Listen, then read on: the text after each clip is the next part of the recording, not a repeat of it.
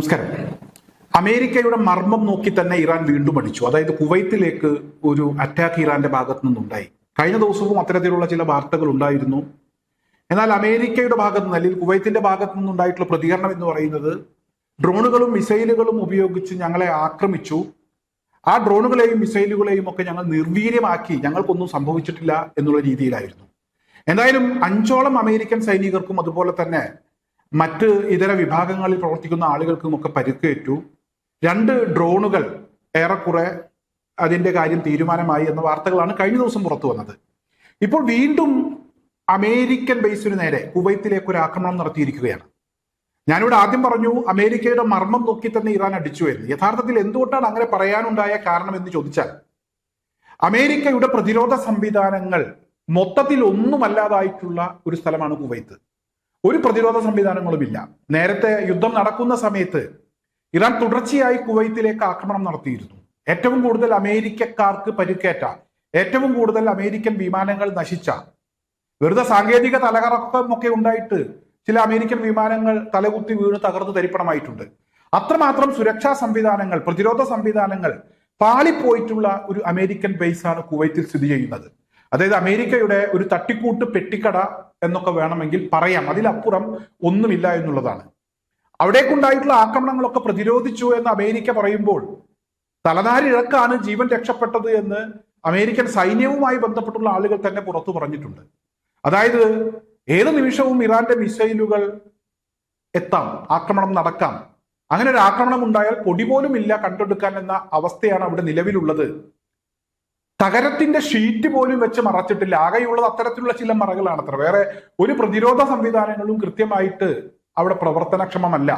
അത്തരമൊരു സാഹചര്യമാണ് ഈ കുവൈത്തിലെ അമേരിക്കൻ ബേസിലുള്ളത്. അലി അൽ സലേം എന്നാണ് ഈ ഒരു ബേസിന്റെ പേര്. എന്തായാലും ഈ ഒരു ബേസിന് നേരെ ഇറാൻ തുടർച്ചയായി ആക്രമണം നടത്തിക്കൊണ്ടിരിക്കുകയാണ്. ഇറാന്റെ ഡ്രോൺ കേന്ദ്രത്തിനു നേരെയും അതുപോലെ തന്നെ ഇറാന്റെ മിസൈൽ കേന്ദ്രത്തിനു നേരെയും ഒക്കെ അമേരിക്കയുടെ ആക്രമണം ഉണ്ടായി എന്ന വാർത്തകൾ പുറത്തു വരുന്നു. ആ വാർത്തകൾ വന്ന് അധികം സമയമൊന്നും എടുക്കുന്നില്ല.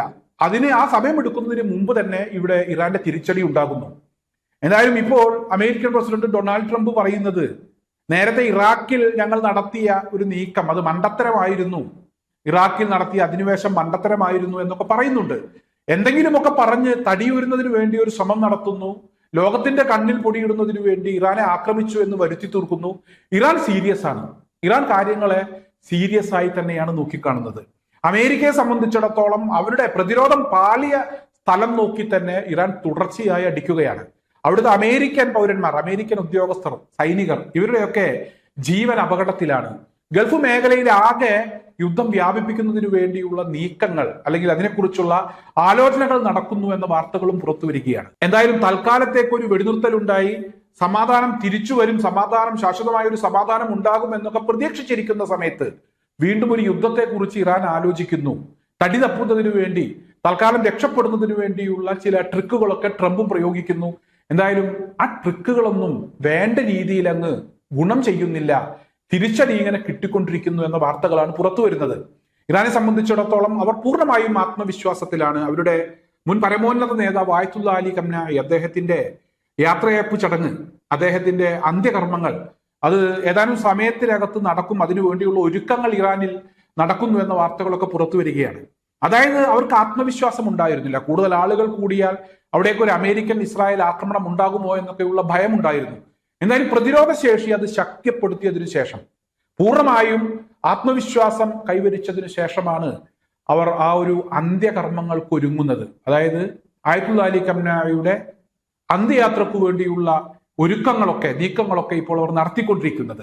അമേരിക്കയെ സംബന്ധിച്ചിടത്തോളം ഇപ്പോഴത്തെ ഇറാന്റെ ഈ ഒരു ആത്മവിശ്വാസം, അവരുടെ പ്രതിരോധ ശക്തി വീണ്ടെടുത്ത് അവരുടെ ഈ ഒരു പ്രകടനം, ആക്രമിക്കാനുള്ള അവരുടെ ശേഷി, ഇതിലെല്ലാം ഉപരി അവരുടെ ഒരു ധൈര്യം, ചങ്കൂറ്റം, ആത്മവിശ്വാസം, ഇത് അമേരിക്കയെ കുറച്ചൊന്നുമല്ല ഭയപ്പെടുത്തുന്നത്.